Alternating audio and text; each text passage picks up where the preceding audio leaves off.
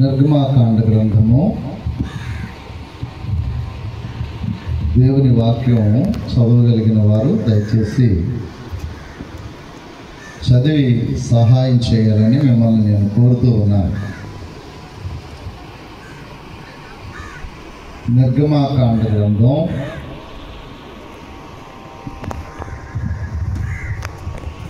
16వ అధ్యాయము మొదటి వచనాన్ని చదువుదాం. ఒకరు అక్కడ మైక్ ఇవ్వండి అమ్మా, చదివే వారికి అండి.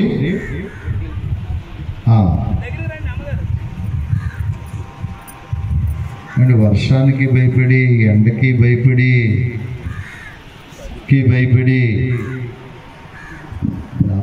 మీరేనా చదువుదాం దేవుని వాక్యాన్ని. నిర్గమాకాండ గ్రంథము 16వ అధ్యాయము వచనాన్ని చదువుదాం. తరువాత ఇశ్రాయేలీయుల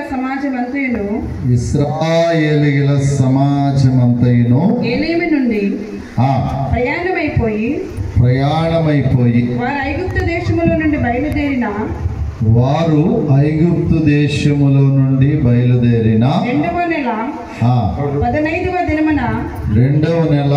15వ దినమున ఏలీమునకును సేనాయికిని మధ్యనున్న సీను అరణ్యమునకు వచ్చిరి. చాలా ఇంకా బ్యాటరీ అయిపోయింది బాబు. ఇవన్నీ వాక్యానికి వెళ్ళకముందే చూసుకోవాలా.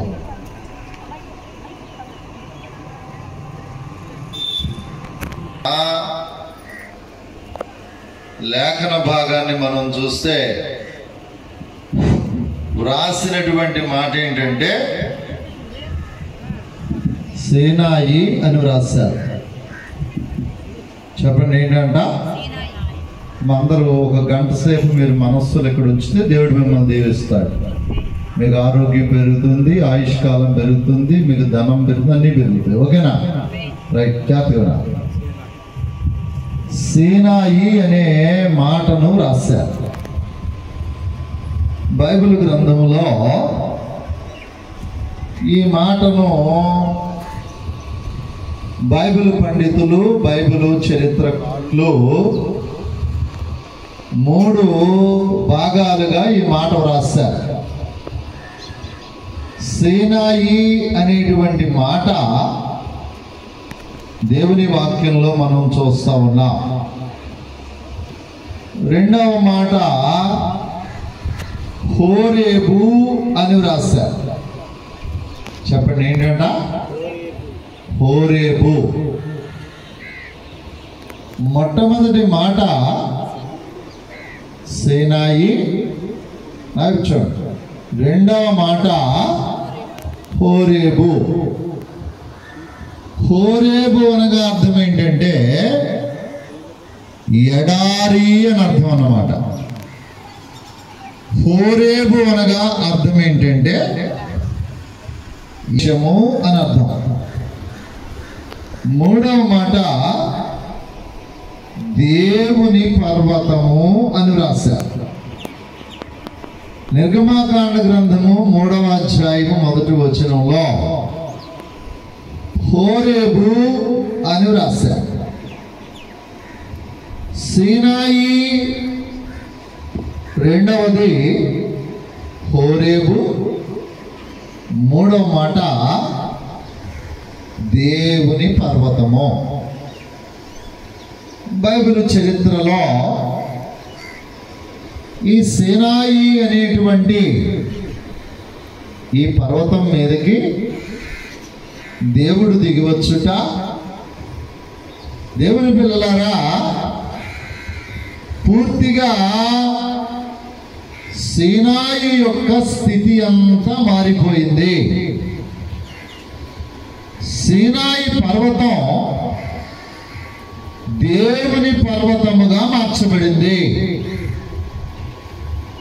దేవుడు సీనాయి పర్వతము మీదికి దిగిరాక మునుపు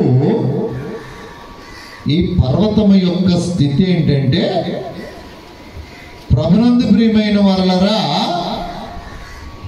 ఇది అన్యపరమైనటువంటి పర్వతం అన్నమాట. ఈ పర్వతం మీద ప్రియులరా చంద్రదేవతను ఆరాధించేటువంటి పర్వతం. ఇలాంటి పర్వతానికి, ఈ సీనాయి పర్వతానికి దేవుని పర్వతము అని పేరు రావడానికి గల కారణం ఏంటంటే, దేవుడు ఆ పర్వతం మీదకి దిగి వచ్చారు. దేవుడు ఆ పర్వతం మీదకి దిగి వచ్చుట చేత ఆ పర్వతానికి దేవుని పర్వతము అన్న పేరు వచ్చింది. ఉదాహరణకి ప్రభువులోనికి రాకమునుపు మనమందరము కూడా ఎవరెవరమో దేనికో దేనికో దేనికో సంబంధించినటువంటి వారమైనటువంటి మనం యేసుక్రీస్తు ప్రభువుని అంగీకరించుట చేత దేవుని ప్రజలుగా మారిపోయాం. మనం ఎలాగైతే దేవుని ప్రజలుగా మార్చబడ్డామో, ఈరోజు దేవుని పిల్లలుగా పిలువబడుతూ ఉన్నామో, అలాగే అన్య ప్రాంతములకు సంబంధించినటువంటి ఈ పర్వతం మీదికి దేవుడు దిగివచ్చుట చేత ఈ పర్వతము దేవుని పర్వతంగా పిలువబడింది. ఇప్పుడు ఈ పర్వతాన్ని గూర్చి మనము బైబిల్ గ్రంథంలో చూస్తే ఇది ఎత్తైన పర్వతము అని రాశారు. రెండవది, ఈ పర్వతము శిఖరములు కలిగినటువంటి పర్వతము. చెప్పండి, ఏ పర్వతం? శిఖరములు కలిగిన, శిఖరములు గల పర్వతం. ఈ సీనాయి పర్వతము అని పిలువబడే ఈ పర్వతం, దేవుని పిల్లలారా, శిఖరములు కలిగినటువంటి పర్వతం. ఇంచుమించుగా ఒక శిఖరమేమో 7,000 అడుగులకు పైబడి ఒక శిఖరం ఉంటే, మరొక శిఖరము 6,500 అడుగులు శిఖరము కలిగిన ఎత్తైన శిఖరముగా ఉంది. సీనాయి అనగా ఎత్తైన శిఖరములు కలిగిన పర్వతం. మూడవ సంగతి, దేవుడు ఈ సీనాయి, అమ్మ మీరు మంచినీళ్ళు పెంచాలని డిస్టర్బ్ చేస్తున్నారు, మీరు మంచినీళ్ళు పెంచాలని డిస్టర్బ్ చేస్తున్నారు. సీనాయి పర్వతం మీదికి నాకు దాహం వేయాలి, ఎండలో నీళ్ళకు దాహం వేయాలి, న్యాయంగా అయితే. స్తోత్రం చెప్పండి, గట్టిగా గట్టిగా చెప్పాలా? మంచిది. మూడవ సంగతి, ఈ ఎత్తైనటువంటి సీనాయి శిఖరము మీదికి దేవుని అగ్ని దిగి వచ్చింది. అంటే దేవుని అగ్ని కలిగిన పర్వతము. 4, ఈ సీనాయి పర్వతం మీదికి అగ్ని మాత్రమే కాదు, మేఘము దిగి వచ్చింది. అంటే చల్లదనం అన్నమాట. అంటే ఇప్పుడు వేడిలో మీకు చెట్టు చల్లదనంగా ఉన్నట్లు. ఓకేనా? 5వది, సీనాయి మీదకి దేవుని మహిమ దిగి వచ్చింది. 6వది, సీనాయి శిఖరము మీద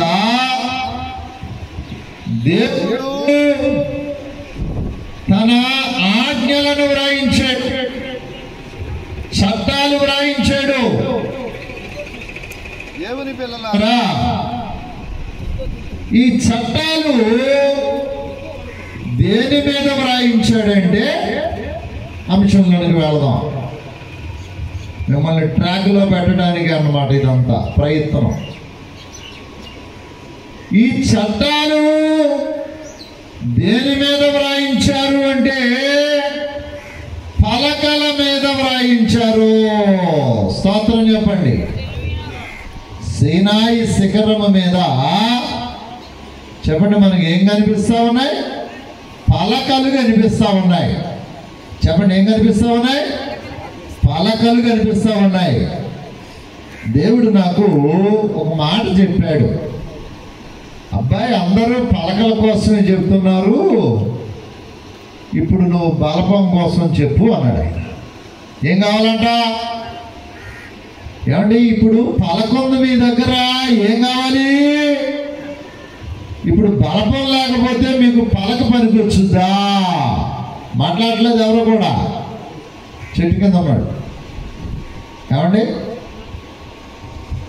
సీనాయి శిఖరము మీద మనం ఏం చూస్తున్నామంటే, ఒకటి పలక చూస్తా ఉన్నాం, రెండు బలపం చూస్తా ఉన్నాం. దేవుడు దైవజనుడైనటువంటి మోషే గారితో, మోషే నీవు పగులగొట్టిన పలకల వంటి పలకలు తయారు చేసి ఎక్కడికి రమ్మన్నాడు? సీనాయి కొండ మీదకు రమ్మన్నారు. చూడండి, నిర్గమాకాండ గ్రంథము 34వ అధ్యాయము 2వ వచనాన్ని చదువుదాం.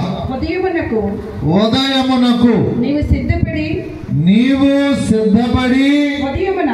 ఉదయమున సీనాయి కొండ ఎక్కి అక్కడ శిఖరము మీద నా సన్నిధిని నిలిచి ఉండవలెను. ప్రభునందు ప్రియమైనటువంటి వాళ్ళరా, ఈ యొక్క 7వ నెలంతా దేవుడు ఫాదర్ ఎం దేవదాసయ్య గారికి బయలుపరిచిన బైబిల్ మిషన్లో జూలై 1వ తారీఖు నుండి ఆగస్టు 10వ తారీఖు వరకు ప్రియులరా, మోషే గారి యొక్క ఉపవాస దినములు ధ్యానం చేస్తూ ఉంటాం మేము. దేవుని పిల్లలారా, ఈ మోషే గారి యొక్క ఉపవాస దినములలో జ్ఞాపకం చేసుకునేటువంటి సంగతి ఏంటంటే, 34వ అధ్యాయము 1వ వచనంలో దేవుడు మోషే గారితో మాట్లాడుతూ, మోషే నీవు పగులగొట్టిన జాతకంగా మొదటి పలక మీద నుండి ఏం చేశారంట? మోషే గారు నీవు పగలగొట్టారు. అందుకే దేవుడు చేసిన పలకలను ఎవరు పగలగొట్టారు? మోషే గారు పగలగొట్టారు.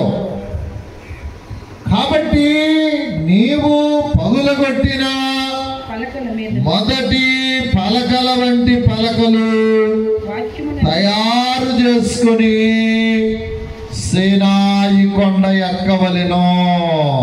చూసారా, ఎవరైతే దేవుని పనిని పాడు చేశారో చెప్పండి, ఏం చేయాలంట? వారే ఆ పనిని బాగు చేయాలి. కాబట్టి మోషే గారికి కోపం వచ్చింది, ఇశ్రాయేలీయులను బట్టి కోపం వచ్చింది. కాబట్టి మరి సామెత ఉంది కదా, అత్త మీద కోపం ఎవరి మీద చూపించిందంట?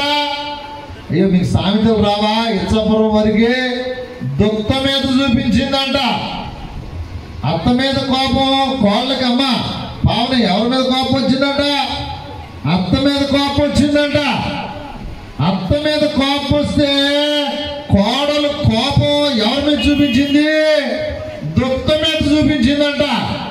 అంటే అత్తనేమి చేయలేక చేతిలో ఉన్న కుండ బద్దలు కొట్టిందంట.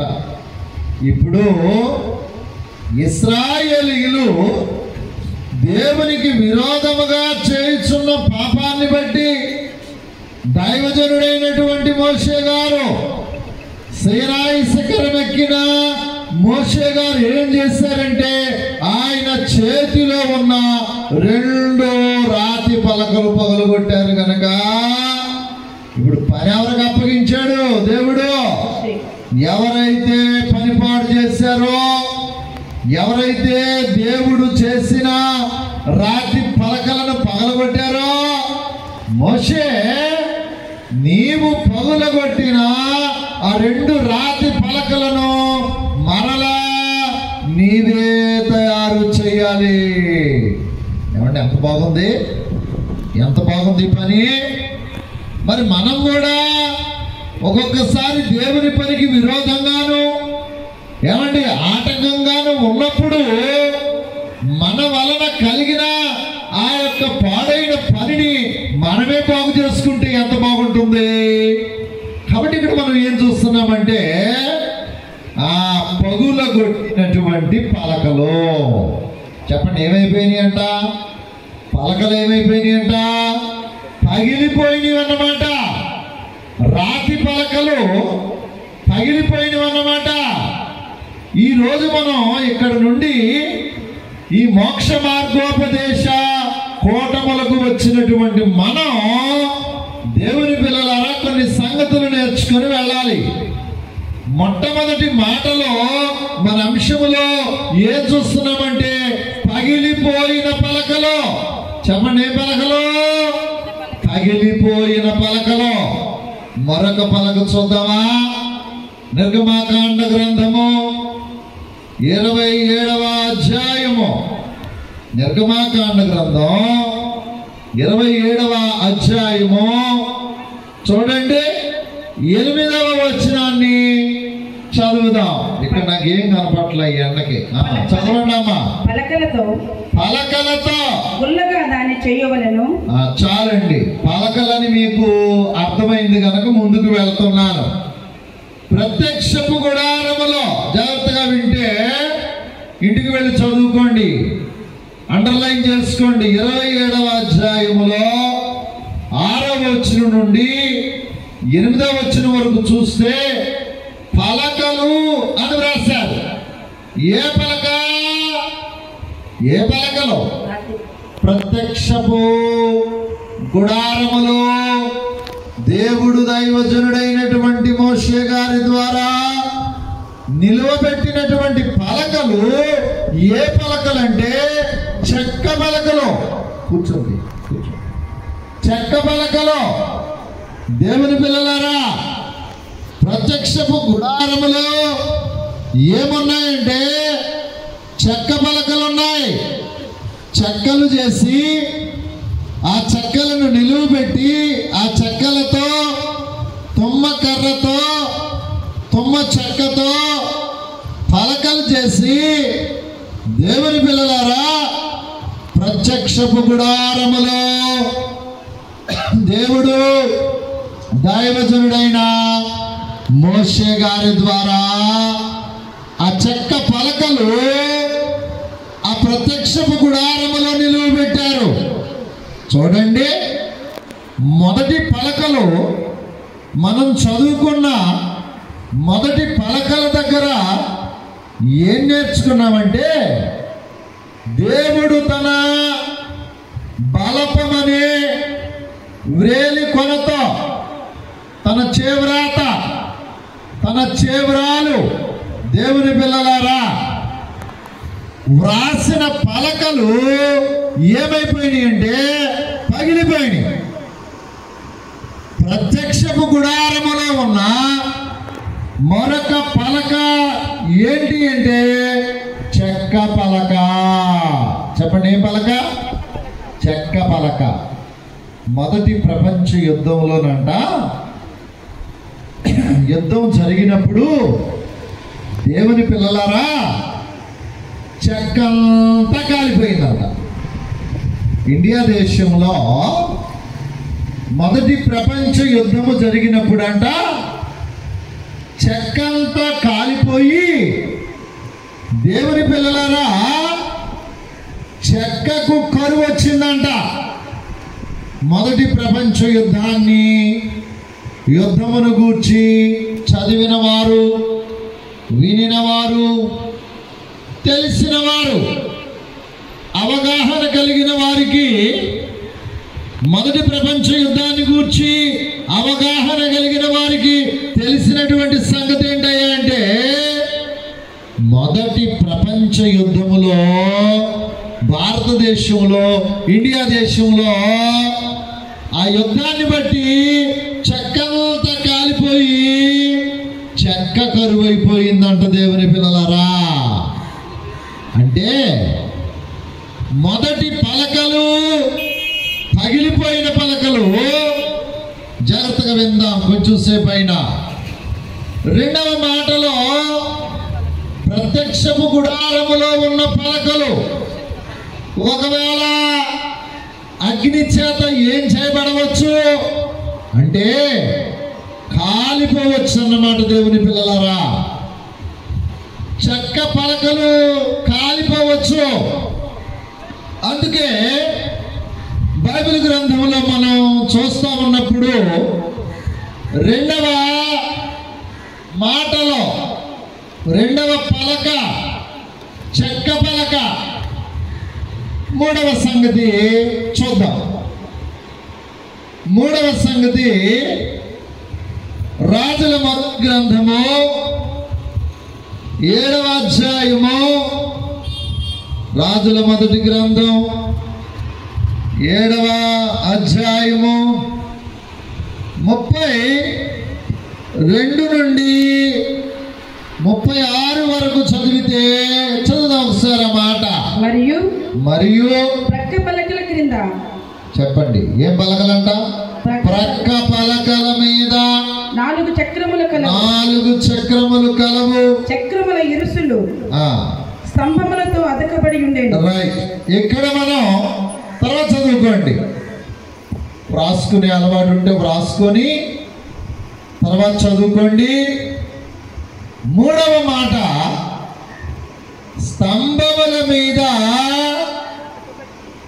చేసినటువంటి పలకలు. దేవాలయం ఉంది, దేవాలయానికి స్తంభాలు ఉన్నాయి. ఆ దేవాలయపు స్తంభముల మీద చెప్పండి ఏం చేశారంట? పలకలు తయారు చేశారు. కాబట్టి ప్రభునందు ప్రియమైనటువంటి వాళ్ళరా, మరి ఈ పలకలు దేని మీద తయారు చేసిన పలకలు అంటే స్తంభముల మీద తయారు చేసిన పలకలు అన్నమాట. మరి ఈ స్తంభముల మీద తయారు చేసిన పలకలు మనం చూస్తూ ఉన్నాం. ఉదాహరణకి మీకు మాట చెప్తాను నేను.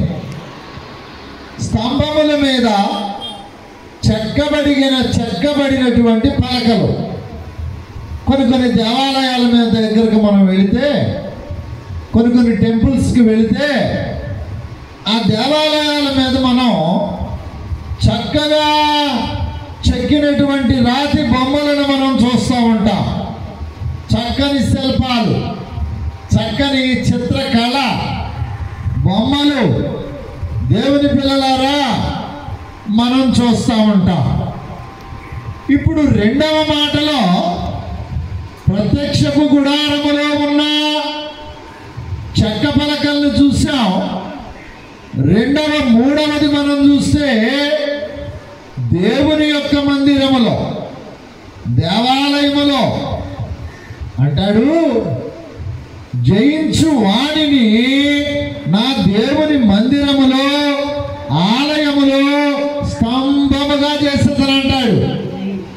ఇప్పుడు మనం ఏం చూస్తున్నామంటే, దేవుని పిల్లలారా, దేవాలయములో దేవుని మందిరములో చెక్కినటువంటి నిలువబెట్టినటువంటి స్తంభములు, ఆ స్తంభముల మీద చెక్కబడినటువంటి పలకలు చూస్తా ఉన్నాం.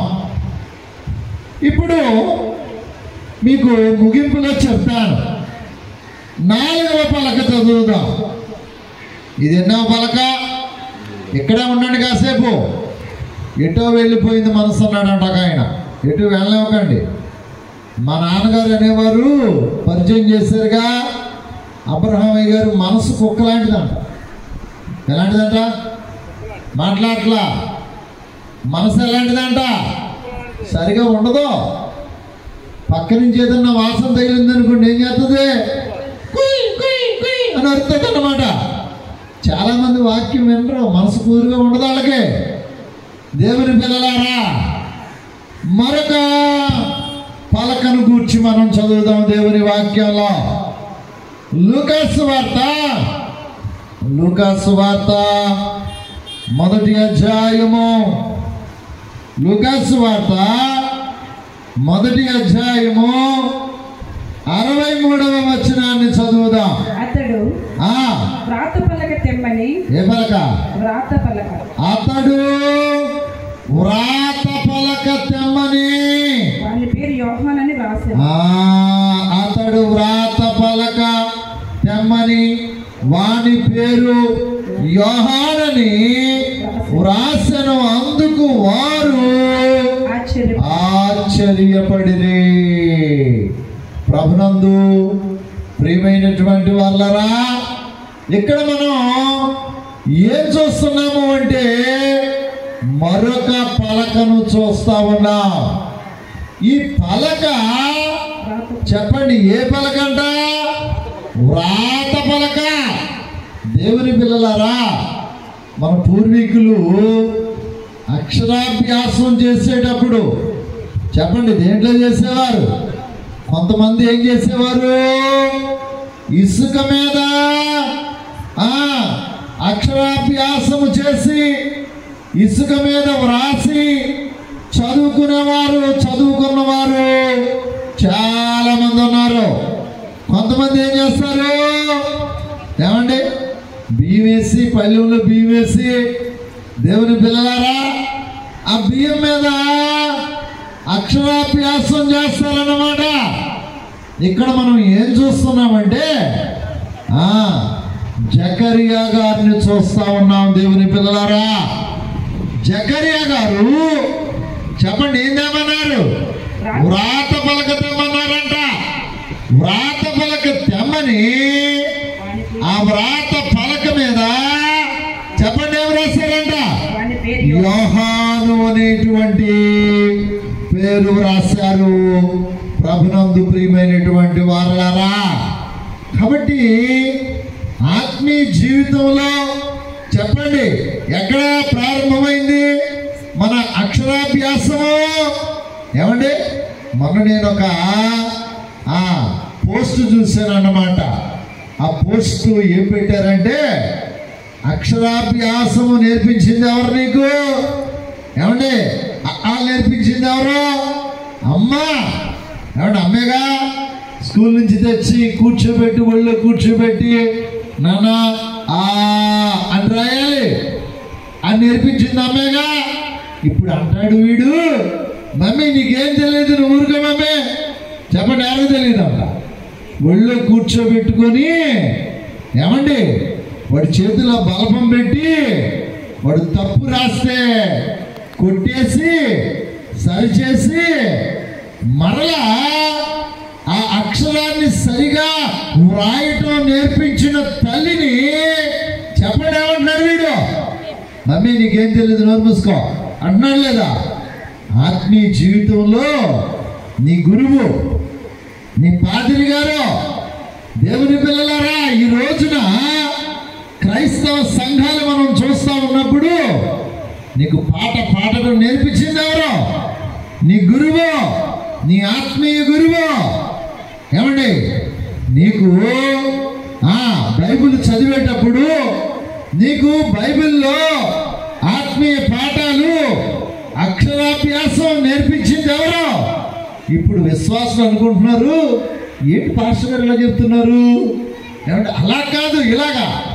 ఈ కుర్రోడు ఎలాగైతే ఏమండి ఆలు నేర్పిన అమ్మనే మమ్మీ నీకు మాట్లాడటం తెలీదు ఏమండి, నువ్వు ఊరుకో, నువ్వు నోరు మూసుకో అని ఎలాగంటున్నాడో ఈ రోజున సంఘాలలో విశ్వాసులు నావైపు చూడండి.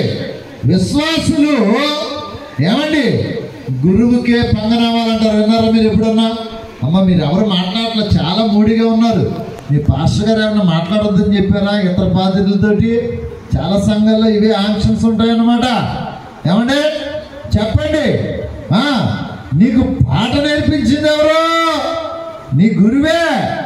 నీకు ఆత్మీయ పాఠాలు అక్షరాభ్యాసము నేర్పించింది సంఘములో ఎవరు? నీ గురువే. ఇప్పుడు ఇటొక పేజీ అటొక పేజీ తిరగేసి చెప్పండి ఏమంటున్నావు? సేవకులు ఏమంటున్నావు ఈ రోజున? అబ్బే ఏం చెప్తున్నాడండి ఈయన, ఏం మాట్లాడుతున్నావు?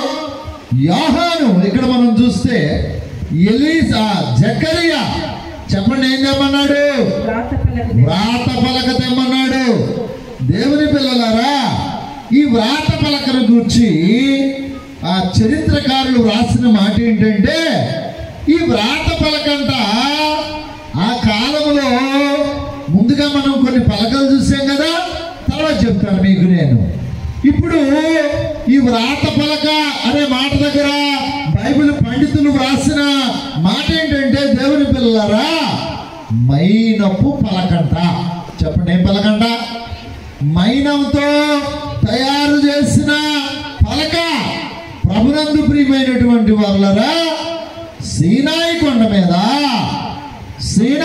మీద చూడండి, సీనాయి మహిమ, దేవుని మహిమ ఎక్కడికి దిగి వచ్చింది? సీనాయి కొండ మీదకి దిగి వచ్చింది. ఇంకా ఏం దిగి వచ్చింది? అగ్ని దిగి వచ్చింది. ఈ అగ్నిలో జాగ్రత్తగా వినాలి, ఈ అగ్నిలో దైవజనుడైనటువంటి మోషే గారు ఎన్ని రోజులు ఉన్నారు? 2 మారులు. ఎన్ని మారులు? 2 మారులు. 40 దినములు 2 మారులు ఉన్నారు. దేవుని పిల్లలారా, దేవదాసయ్య గారు సీనాయిని గురించి మాట్లాడుతూ 40 రోజులు దేవుని పిల్లలారా మోషే గారు సీనాయి కొండ మీద ఉండుటకు గల కారణం ఏం చెప్పాడు ఆయన? ఎవరు సీనాయి కొండ అంచును తాకటానికి వీలు లేదు. వినండి జాగ్రత్తగా, ఏం చేయడానికి వీలు లేదంట? మాట్లాడలేదు మీరు ఎవరు కూడా. ప్రజలెవరు, ఇశ్రాయేలీలెవరు కూడా సీనాయి కొండ అంచును తాకటానికి వీలు లేదు. కారణం ఏంటంటే, దేవుని అగ్ని చేత. దేవుని పిల్లలారా, కొండ ఎలాగుంది? అగ్ని మండుచున్నది. అందుచేత మండుచున్న అగ్ని వంటి కొండను ఇప్పటికీ ఆ కొండ ఏమండి రాత్రి సమయంలోనే ఎక్కాలంట. దేవుని పిల్లలారా, కారణం ఏంటంటే, ఈ సీనాయి కొండ మీదకి దేవుని అగ్ని దిగి వచ్చింది. దేవుని అగ్ని మధ్య దైవజనుడు 80 రోజులు దేవుని పాదాల దగ్గర రేయింబగళ్ళు నివాసం చేశాడు.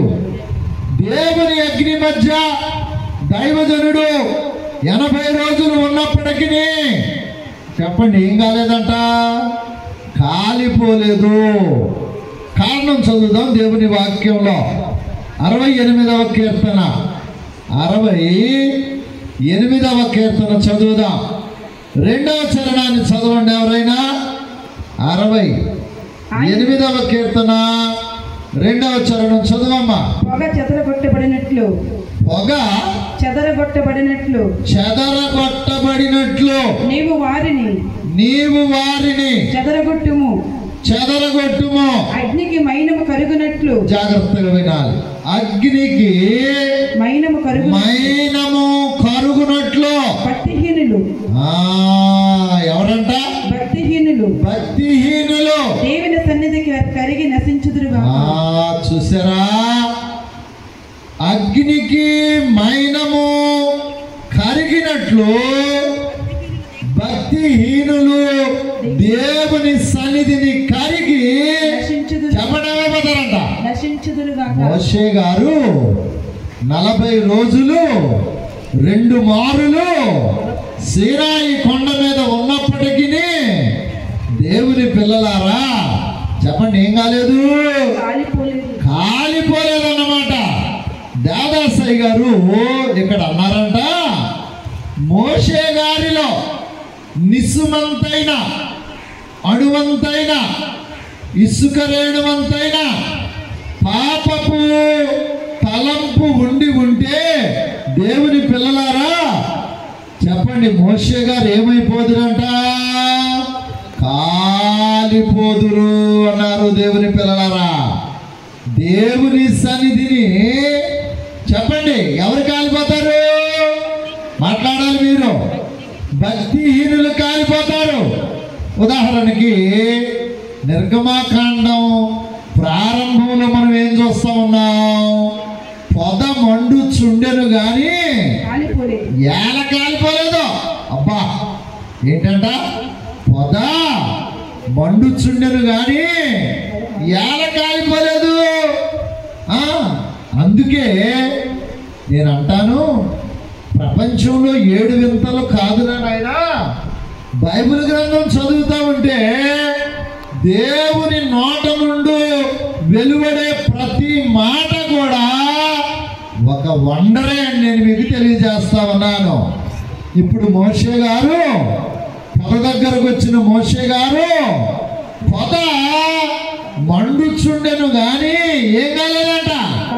అంటే ఐగుప్తు దేశములో ఉన్న దేవుని ప్రజలు చెప్పండి, మంట వంటి చూడండి, షడ్రకు మేషాకు అబేద్నెగోలు చెప్పండి ఎక్కడికి వెళ్ళారు? మండేటువంటి అగ్నిగుండంలోనికి వెళ్ళారు.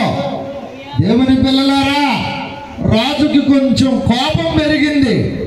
కోపం పెరిగితే చెప్పండి ఏం పెరిగింది? శిక్ష పెరిగింది, పనిష్మెంట్ పెరిగింది. దేవుని పిల్లలారా, కాబట్టి షడ్రకు మేషాకు అబేద్నెగోలు అగ్నిగుండములోనికి వెళ్ళినప్పటికీ చెప్పండి ఏం చేయలేకపోయినాయి? నా వైపు చూడండి, ఏం చేయలేకపోయినాయి? కాలిపోలేదన్నమాట. గమనించాలి. దేవుని ప్రజలకున్న శ్రమలు, దేవుని ప్రజలకున్న శోధనలు, దేవుని ప్రజలకున్న కన్నీరు, దేవుని ప్రజలకున్న దుఃఖము, దేవుని పిల్లలారా వారిని ప్రభు తట్టు త్రిప్పేదిగా ఉందే గాని వారు నశించిపోయేవారుగా, వారు కాలిపోయేవారుగా, వారు నాశనమయ్యేవారుగా ఇశ్రాయేలీయుల చరిత్రలో లేదు. ఇంకో మాట చెప్పనా? నిర్గమాకాండం ప్రారంభంలో వ్రాసినటువంటి మాట ఏంటంటే, వారిని శ్రమ పెట్టిన కొలది ఏం చేయబడ్డారంట? మాట్లాడలే మీరు ఎవరు కూడా? విస్తరించిరి. మనకేం కావాలి? డబ్బా కావాలి, కారు కావాలి, ఏమండి అన్నీ కావాలి. ఏవద్దు? శ్రమద్దు. ఏమండి అవునా కదా? ఒక మాట చెప్పనా? నీకు వచ్చిన శ్రమే నీ అంతస్తుని పెంచుతుంది. స్తోత్రం చెప్పండి గట్టిగా. చెప్పండి ఏం పెంచుతుంది? నీ అంతస్తు ఎలా పెరుగుతుంది? దేవుని పిల్లలారా, నీ శ్రమే నీ అంతస్తుని పెంచుతుంది అన్నమాట. అందుచేత చెప్పండి 4వ పలక ఏమండి డిక్షనరీలో రాసిన మాట ఏంటంటే, ఇది మైనపు పలక అని రాశారు. చెప్పండి ఏం పలకంట? మైనపు. భక్తిహీనులు నీ సన్నిధిని మైనము వలె నలిగిపోదురు. ప్రభునందు ప్రియమైనటువంటి వారలారా, ఇక్కడికి మనం ఎన్ని పలకలు చూసామండి? 4 పలకలు. సరే, ఇంకా మనము బైబిల్ గ్రంథంలో చూస్తే దేవుని పిల్లలారా, ఇప్పుడు మరొక పలక మనం చూద్దాం. ఆ పలక ఏంటయ్యా అంటే కాగితపు పలక. చెప్పండి, ఏ పలక? మాట్లాడాలంతా. కాగితపు. నాకు ఒక చిన్న చెడ్డ అలవాటు ఉందండి. మీరు మాట్లాడకపోతే నేను ఎక్కువసేపు చెప్తాను, అదనమాట నా చెడ్డ అలవాటు. ఓకేనా? ఇప్పుడు మరొక పలక ఏంటంటే కాగితపు పలక. ఇప్పుడు ఈ కాగితపు పలక మీద వ్రాయాలంటే చెప్పండి, ఏముండాలంట? మాట్లాడలేదు మీరు. ఏముండాలి? కలం ఉండాలన్నమాట. దేవుని పిల్లలారా, మరి మరొక పలక ఏంటంటే కాగితపు పలక. ఈ కాగితపు పలక మీద వ్రాయాలంటే దేవుని పిల్లలారా కలం ఉండాలి. మరి కలం ఉంది, కలం రాయాలంటే ఏముండాలా? అట్లా ఏముండాలి? సిరా ఉండాలన్నమాట. ప్రభునందు ప్రియమైనటువంటి వారులారా, అంటే ఇప్పుడు సిరాతో వ్రాయబడినటువంటి పలక. చెప్పండి, ఏంటంట? సిరాతో వ్రాయబడిన పలక. ఇప్పుడు బైబిల్ గ్రంథం అనే ఈ పలక ఎలా వ్రాయబడింది? దేవుని పిల్లలారా, ఎలా వ్రాయబడింది అంటే గొర్రె, మరి చెప్పండి, జంతువుల చర్మముల మీద వ్రాయబడింది. ఏమండి?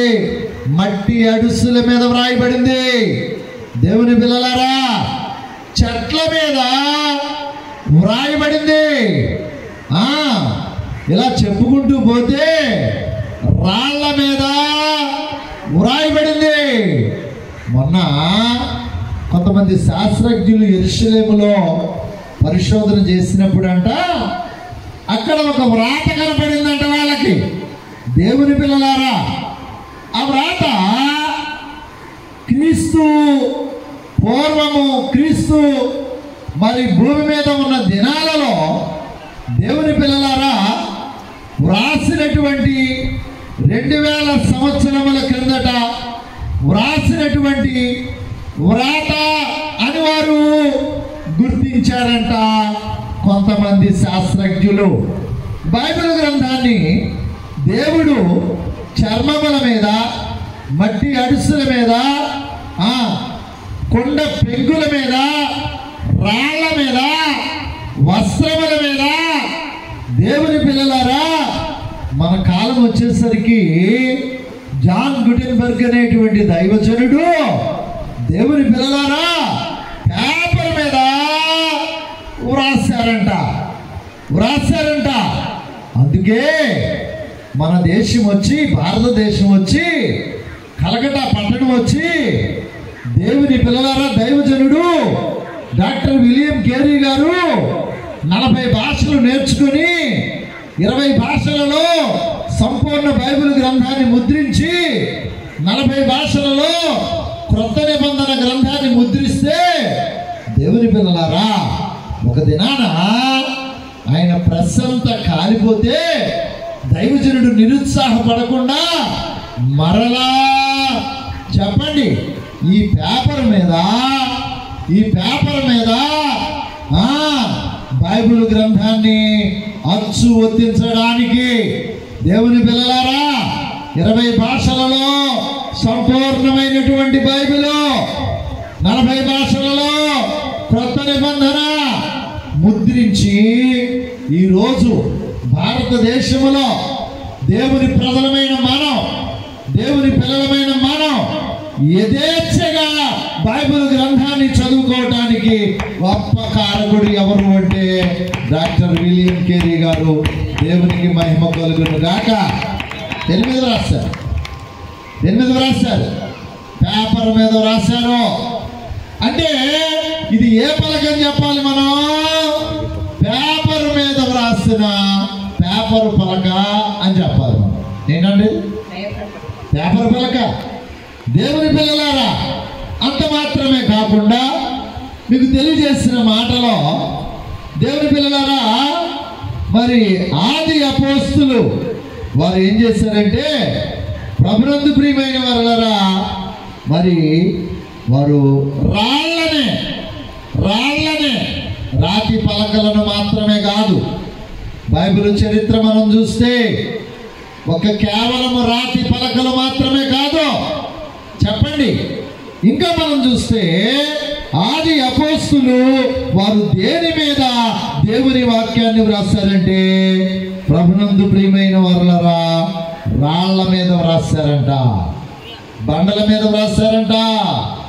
ప్రభునందు ప్రియమైన వారలారా, నేను కూడా ఏం చేసేవాడంటే, స్వార్థ పత్రిక ఇస్తే తీసుకుపోవచ్చేమో 5 రూపాయల నోట్ల మీద, 10 రూపాయల నోట్ల మీద యేసే రక్షకుడు, యేసే దేవుడు అని వ్రాసేవాడిని. దీన్ని ఎవరు వద్దంటారు? ఎవరు వద్దంటారుగా?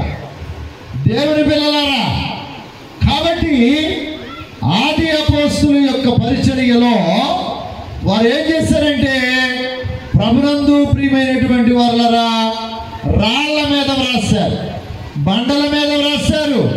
అందుకే ప్రభువైన యేసుక్రీస్తు, ఇదిగో నీ శిష్యులు అల్లరి చేస్తా ఉన్నారు, గోల చేస్తా ఉన్నారు, వారిని ఊరుకోబెట్టు అని అంటే, ప్రభు అన్నారు కదా, వీరు ఓరకుండిన ఎడల ఎవరికి ఆకలి వేస్తారంట అంటే, రాళ్ల మీద వ్రాయబడినటువంటి వ్రాతలు అన్నమాట.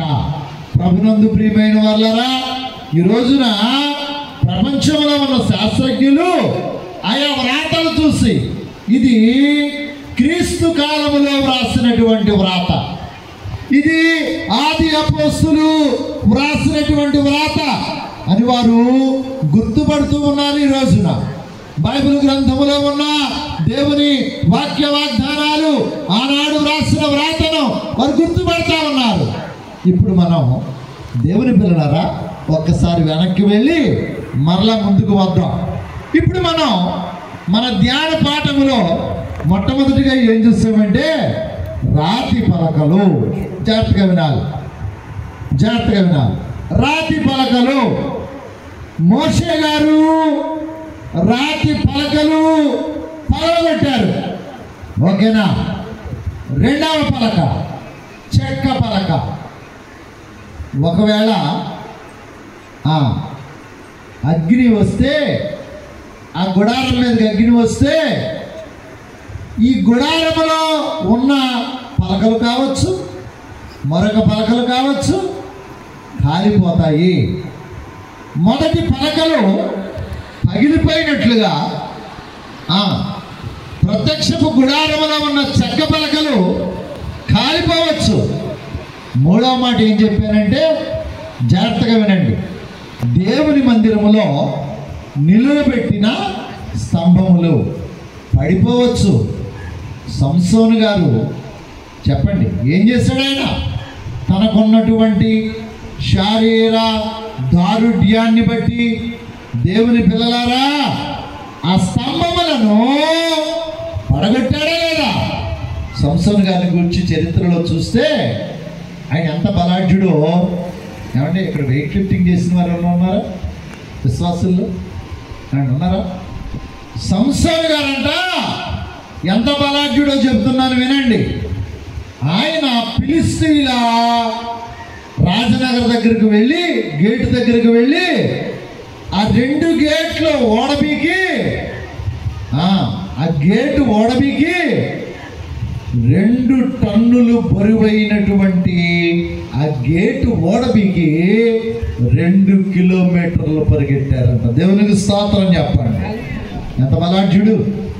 ఏమంటే 2 టన్నుల గేటు ఎత్తుకొని 2 కిలోమీటర్లు పరిగెత్తగలిగిన బలాఢ్యుడు సంసోను గారు ఏం చేశాడు? అతని చేతులకు బిగించిన సంకెళ్లతో ఆ గుడి దేవాలయపు స్తంభములను పడగొట్టేశాడు. ఓకేనా? సరే, అంశంలోనికి వెళ్దాం. 4వ పలక, స్తంభముల మీద చెక్కబడిన పలకలు పడిపోవచ్చు. స్తంభాలు పడిపోతే పలకలు పడిపోవచ్చు. 4వ పలక మైనపు పలక, అగ్నికి కరిగిపోవచ్చు. 5వ పలక కాగితము మీద వ్రాసిన పలక, శిలాతో వ్రాసిన పలక చిరిగిపోవచ్చు. 6వ పలక రాళ్ల మీద, బండల మీద, గోడల మీద వ్రాత వ్రాస్తే అది పలకగా మార్చబడితే చూడండి, బండలు బ్రద్దలవచ్చు. యేసు ప్రభు యొక్క పునరుత్థాన సందర్భములో, మరణ సందర్భములో, ఆయన మరణించిన సమయములో బండలు బ్రద్దలాయును, సమాధులు తెరవబడిను అని రాశారు. అంటే బండలు కూడా బ్రద్దలవచ్చు. అందుకే ఈరోజు ఈ మోక్ష మార్గోపదేశ కూటము ద్వారా దేవుడు నీతో నాతో చెప్పే సందేశం ఏంటంటే, పలకలు పగిలిపోవచ్చు, రాతి పలకలు చెక్క కాలిపోవచ్చు, దేవుని పిల్లలారా మైనం కరిగిపోవచ్చు, స్తంభములు పడిపోవచ్చు, శిరాతో వ్రాసినటువంటి ఆ కాగితము పలక చిరిగిపోవచ్చు, బండలు బ్రద్దలవచ్చు. అందుకే ఈరోజు మనము వ్రాసుకోవలసిన పలక ఏంటయ్యా అంటే హృదయమైన పలక. గుడ్. సామెతల గ్రంథము 3వ అధ్యాయము 3వ వచనాన్ని చదువు. దయను సత్యమును ఎన్నడూ నిన్ను విడిచిపోనీయకుము. దయను సత్యమును ఎన్నడూను నిన్ను విడిచిపోనీయకుము. వాటిని కంఠభూషణముగా ధరించుకునుము. వాటిని కంఠభూషణముగా ధరించుకునుము. నీ హృదయమైన పలక మీద వాటిని వ్రాసుకునుము. అబ్బా, దేని మీద అంటండి? హృదయమైన పలక. దేని మీద? ఇప్పుడు కాలిపోద్దా, పగిలిపోద్దా, చిరిగిపోద్దా, తడిసిపోద్దా, నానిపోద్దా? ఇప్పుడు ఈ కూటంలోనికి వచ్చిన వారమైన మనం నేర్చుకోవలసిన సంగతి ఏంటంటే, దేవుని పిల్లలారా, మన హృదయం అనే పలక మీద వేటిని వ్రాసుకోవాలంట? దేవుని వాక్యమును వ్రాసుకోవాలంట. దేవునికి మహిమ కలుగును గాక. ఈ 40 దినములలో దేవుని సన్నిధికి వచ్చే వారులారా ఎక్కడ వ్రాసుకోవాలి? మన హృదయం అనే పలక మీద వ్రాసుకోవాలి. 7వ అధ్యాయములో కూడా ఈ మాట ప్రస్తావిస్తారు. ఏమండి? నీ వ్రేళ్లకు వాటిని కట్టుకొనుము. ఏం చేయాలంట? నీ వ్రేళ్లకు వాటిని కట్టుకొనుము. నీ హృదయమున పలక మీద వాటిని వ్రాసుకొనుము. నీ హృదయమును పలక మీద వాటిని వ్రాసుకొనుము. ఇంకా అంటారైనా చూడండి, మాట ఎంత బాగుంటుందో. ముగించేస్తాను నేను. ఇర్మియా గ్రంథము దేవుని పిల్లలారా 17వ అధ్యాయము, ఇర్మియా గ్రంథం 17వ అధ్యాయము 2వ వచనాన్ని చదువుదాం. యోధా పాపము ఇనుప గంటముతో రాయబడి ఉన్నది, అది వజ్రపు మొనతో లిఖింపబడి ఉన్నది. అది వారి హృదయం అనేది చెక్కబడి ఉన్నది. హృదయం అనేది పలక మీద చెక్కబడి ఉన్నదంట. మీ బలిపీఠము కొమ్ముల మీదను చెక్కబడి ఉన్నది. ప్రభునందు ప్రియమైనటువంటి వారలారా, దైవజనుడైనటువంటి మోషే గారి యొక్క 40 దినముల ఉపవాస, సుఖోపవాస. ఏం ఉపవాసం అంటే ఇది?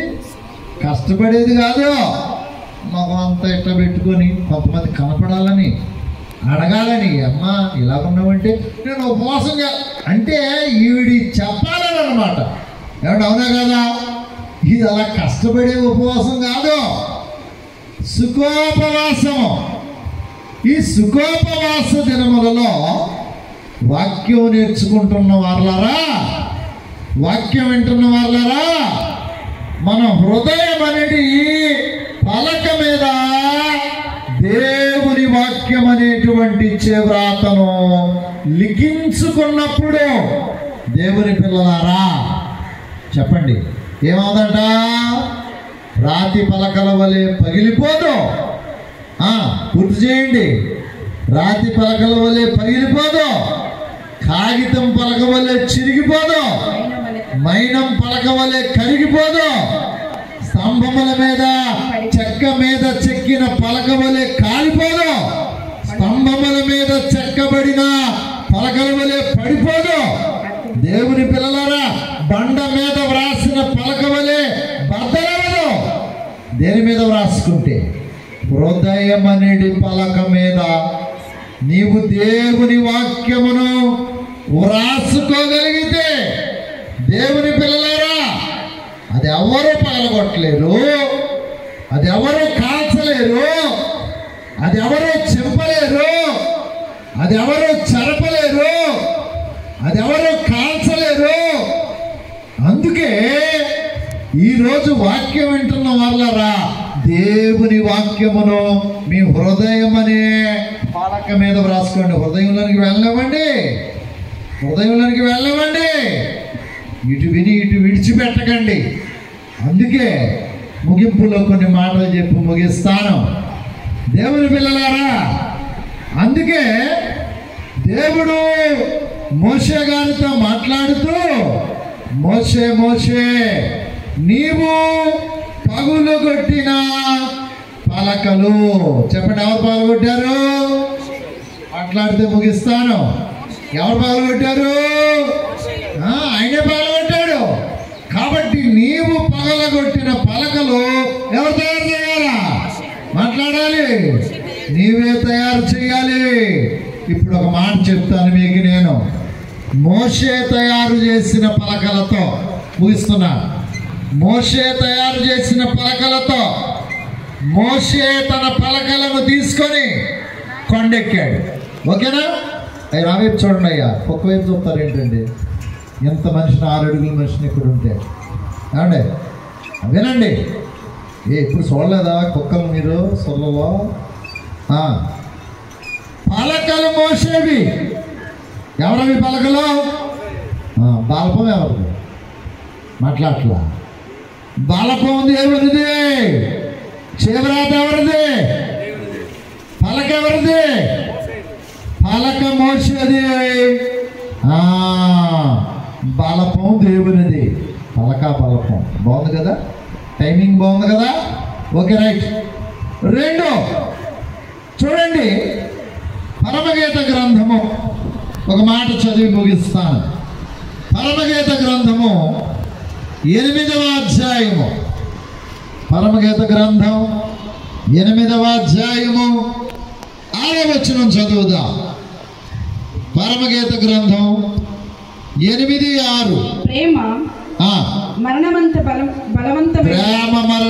బలవంతమైనది, ఈర్ష్య పాతాళమంత కఠోరమైనది, దాని జ్వాలలు అగ్ని జ్వాల సమములు. అది యెహోవా పుట్టించు జ్వాల. నీ హృదయము మీద నన్ను నామాక్షరముగా ఉంచుము, నీ భుజమునకు.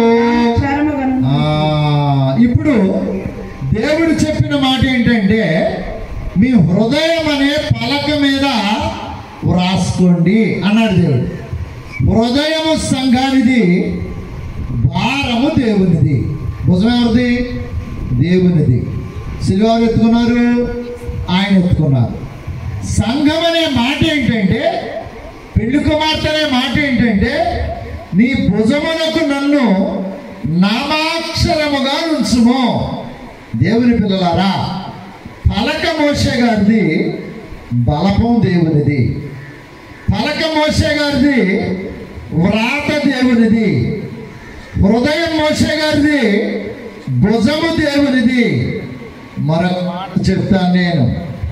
మోషే ఐగుప్తు దేశం వెళ్ళు అంటే అంటాడు ఆయన, అయ్యా నోటి మాంద్యము గలవాడను. అంటే మానవులకు నోరు ఇచ్చింది ఎవరు? నేనే కదా. నేను నీతో మాట్లాడతాను.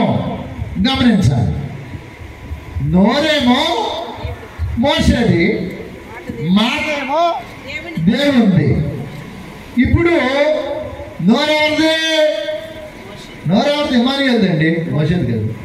ఇప్పుడు ఇక్కడ ఎవరున్నారు చెప్పండి? ఇమ్మానుయేలు అన్నాడు. నోరెవరిది? అబ్బా నోరు వేసుకుని పడిపోతామ్మా, ఆవిడ నోట్లో నోరెట్లం. ఎవరెట్టున్నారు? ఏమండి? నోరెవరిది? మోసేది. మాట ఎవరిది? ఇప్పుడు చెప్పండి. దేవుని సేవకుడు మాట్లాడేది దేవుడా? ఏంటి అలా చెప్పాడు ఏంటండి ఆయన? చెప్పింది ఎవరు? నోరెవరిది? మోసేది. కన్ఫ్యూజ్ అవ్వకండి. మాట ఎవరిది? దేవునిది. అంటే ఇప్పుడు నువ్వు మోసే నోరు కోసం మాట్లాడావంటే ఎవరి కోసం మాట్లాడినట్టు? మాట్లాడలా, దేవుని మాట కోసం మాట్లాడినట్టు. నువ్వు దేవుని మాటను వ్యతిరేకించినట్టు, నువ్వు దేవుని వాక్యాన్ని వ్యతిరేకిస్తే, దేవుని సేవకుడిని వ్యతిరేకిస్తే, దేవుని వాక్యాన్ని వ్యతిరేకించినట్లు, దేవుని మాటను వ్యతిరేకించినట్లు. ఇప్పుడు నోరేమో మోసేది, మాటేమో రైట్. ఇప్పుడు మోసే మోసే నీ చెయ్యి చాపు అన్నాడు. చెయ్యవరిది? చెయ్యవరిది? మోసేది. నీ చేతిలో ఉన్నదేంటి? కర్ర. కింద పడే అన్నాడు, పామైంది, కర్ర అయింది. ఇప్పుడు అంటాడు, దేవుని పిల్లలారా వ్రాసిన మాట ఏంటంటే 4:20 నిర్గమాకాండం, చెయ్యేమో మోసేది, చెయ్యేమో మోసేది, కర్రేమో దేవుంది. ఎవరి కర్ర? చెయ్యవరిది? నోరెవరిది? మాట ఎవరిది? చెయ్యేమో మోసేది, కర్రేమో దేవునిది. దేవుని పిల్లలారా చెప్పాను కదా, కొండేమో మోసేది. ఎవరి కొండ? మిద్యాను దేశంలో ఉంది. అమ్మ ఇక్కడ ఈ ఊరుగల్లో ఎంతమంది ఉన్నారో నాకు తెలియదు, కానీ ఎవరినైనా సరే ఒకవేళ అడగండి, మీది ఏ ఊరు అంటే ఏ ఊరు చెప్తాను? మాట్లాడలా. అద్దెకి కూడా ఇల్లు లేదు. ఏమంటే అద్దె ఇల్లు కూడా లేనాడు ఏ ఊరు అంటున్నాడు? మాట్లాడలా. అర్థమవుతుందా నా భాష? విశాఖపట్నం అంట. ఏమంటే ఇప్పుడు మోసే ఎక్కడ ఉన్నాడు? మిద్యాను దేశంలో ఉన్నాడు. 40 ఏళ్ళు ఉన్నాడు. మిద్యాను ప్రాంతంలో సేనాయి కొండ. ఎవరు చెప్పండి? మోసేది. దేవుని పిల్లలారా మరి మహిమ ఎవరిది?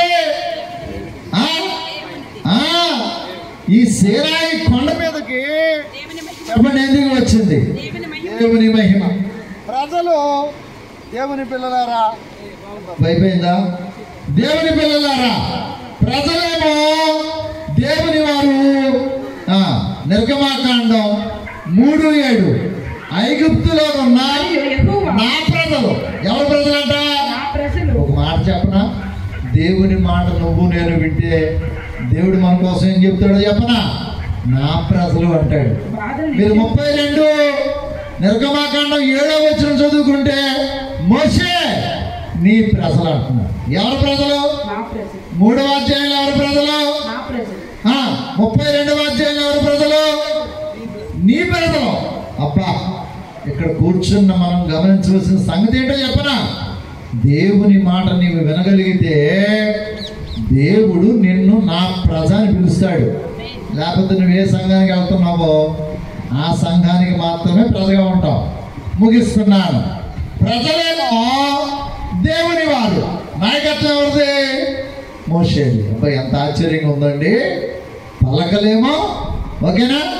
పలకలేమో మోసేవి, బలపమేమో రైట్. సిస్టర్ గారు బాగా గుర్తుపెట్టుకున్నారు.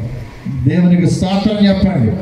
పలకేమో మోసే గారిది, బలపమేమో దేవునిది, హృదయమేమో మోసే గారిది, భారమేమో చెప్పండి చెప్పండి. ఉదయం నిండా ఎవరుకుంటుంది, కుళ్ళిస్తూ ఉంటారు. ఏం చదువుతామని నువ్వేం చేయలేదు. ఓకేనా? నీ భారము యెహోవా మీద. అంటే నోరేమో మోసేది, మాటేమో దేవునిది, చెయ్యేమో మోసేది, కర్రేమో ఆయన కొడితే నీకు గాయం కనపడదు, నొప్పి కాదు. స్తోత్రం చెప్పండి గట్టిగా. మంచిది. పలకేమో చెప్పానుగా, కొండేమో మోసేది, మహిమేమో నాకు చెందవలసిన మహిమను దక్కనిత్తునా, ఐగుప్తు దేవతలకు దక్కనిత్తునా. మహిమ ఎవరిది? దేవునిది. ఆ మహిమ పొంతలో దైవజనులు అన్నారు దేవదాసయ్య గారు, మానవుణ్ణి మహిమ పొంతలో నడిపించేదే దేవుని యొక్క సన్నిధి అన్నారు. చెప్పండి, దేంట్లో నడుస్తున్నావు? మాయలోనా మహిమలోనా? మాయలోనా మహిమలోనా? ముగించేస్తాను. దేవుని పిల్లలారా, కాబట్టి మానవుని మహిమ పొంతలో నడిపించడానికే చెప్పండి ఏమొచ్చిందంట? దైవ సన్నిధి దిగి వచ్చింది. అంతవరకు చెప్పండి నామకార్థంగాను విగ్రహ సంబంధమైన ఆచార వ్యవహారాలలో బ్రతికినటువంటి మోషే గారిని చెప్పండి దేంట్లో తీసుకెళ్ళింది? మహిమలోనికి. అదే సీనాయి మహిమ.